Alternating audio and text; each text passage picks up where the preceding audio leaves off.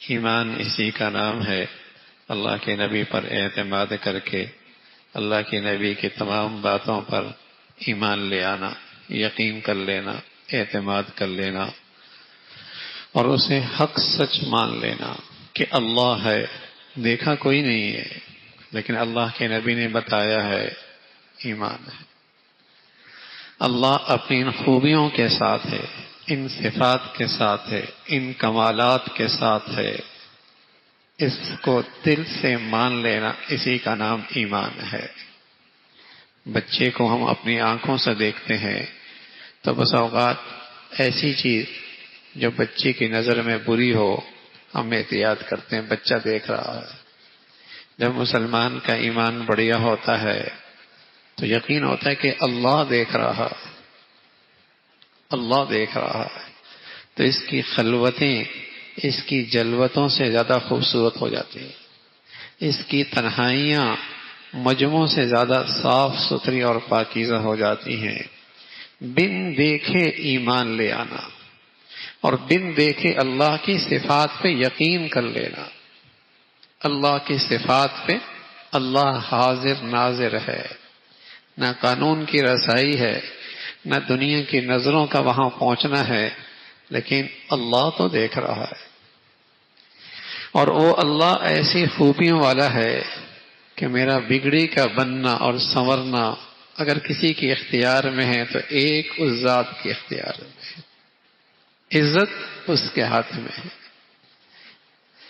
عزت اسی کے ہاتھ میں ہے، کامیابی فلاح اسی کے ہاتھ میں ہے۔ یعنی جس کی زندگی ساری کی ساری جس ذات کے میرے سپرد ہے اور جس کو مکمل طور پہ مجھے بھی اختیار اور قدرت ہے، وہ مجھے دیکھ رہا ہے۔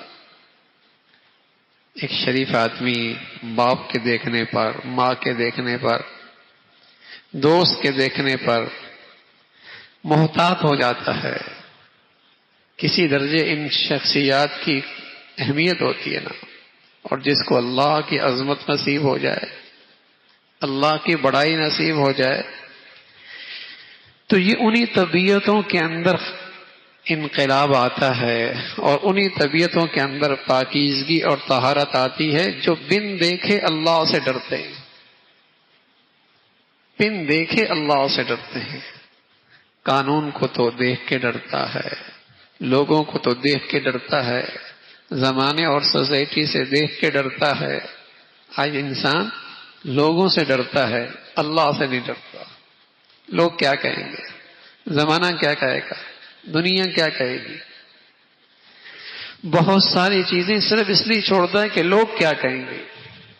بس اوقات ان گناہوں سے بھی بچتا ہے جن کے بارے میں یہ پتا ہے کہ لوگوں کے سامنے شرمندگی ہوگی، اور جن گناہوں کے بارے میں پتا ہے کہ لوگوں کے ہاں یہ رواج پا گئے ہیں، ان سے نہیں ہچکچاتا، اس لیے کہ ان گناہوں سے تو اللہ ناراض ہوتا ہے نا، اور اس کی پرواہ نہیں۔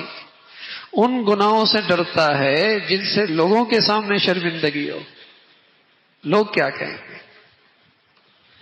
ایک نوجوان کہنے لگا، ابا کہتے ہیں، گھر والے کہتے ہیں، ٹھیک ہے تم ان بچیوں کے ساتھ گھوما کرو لیکن رات کو نہیں، ویسے گھوما کرو، اس لیے کہ رات کو گھومو گے تو لوگ کیا کہیں گے۔ یعنی ان گناہوں کی اجازت ہے اولاد کے لیے، بچیوں کے لیے اجازت ہے جو سوسائٹی سے مانوس ہو چکے ہیں، جنہیں سوسائٹی قبول کر چکی ہے، جن گندگیوں کو معاشرہ قبول کر چکا ہے، اس سے ماں باپ کی پیشانی پہ نہ بل آتا ہے نہ کان پہ جوں رونگتا ہے۔ پریشانی ان کمزوریوں اور گناہوں پر ہوتی ہے جو سوسائٹی نے اب تک قبول نہیں کیا، جسے زمانہ اب تک برداشت نہیں کر رہا۔ بیٹا شراب پی لے، معاشرے نے عمومی طور پہ اسے قبول نہیں کیا، بہت برا لگتا ہے، اور بیٹا نماز نہ پڑھے چونکہ سوسائٹی نے اسے قبول کر لیا ہے، یہ برا نہیں لگتا۔ بیٹا چرس پی لے، بلکہ اب تو گھروں میں چرس کے درخت لگنے لگے ہیں، آہستہ آہستہ یہ بھی قبول ہو رہا ہے۔ باپ کہتے ہیں بیٹے باہر نہ پینا، گھر میں پینا، اس لیے کہ باہر پیو گے تو لوگ کیا کہیں گے، گھر میں پی لینا۔ تو معاشرہ جس گناہوں کو، گندگیوں کو قبول کرتا چلا جا رہا ہے، بے حیائی، بے پردگی، بے لباسی اور یعنی آہستہ آہستہ معاشرہ اسے قبول کر رہا ہے.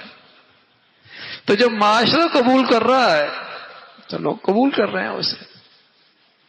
ہاں وہ گناہ جو معاشرہ قبول نہیں کر رہا وہ اس سے پریشانی ہوتی ہے.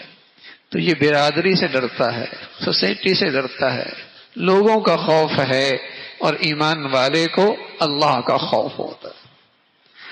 ایمان والے کو اللہ کا خوف ہوتا ہے اور اسے اللہ کا ڈر ہوتا ہے، اس لیے کہ عزت ذلت اللہ کے ہاتھ میں ہے، کامیابی ناکامی اللہ کے ہاتھ میں ہے، میری زندگی کا بگڑنا سنورنا اللہ کے اختیار میں ہے. اللہ سے ڈرتا ہے تو چاہے معاشرہ اسے قبول کرے نہ کرے، اسے تو یہ خوف ہوتا ہے کہیں وہ مالک الملک وہ ناراض نہ ہو جائے.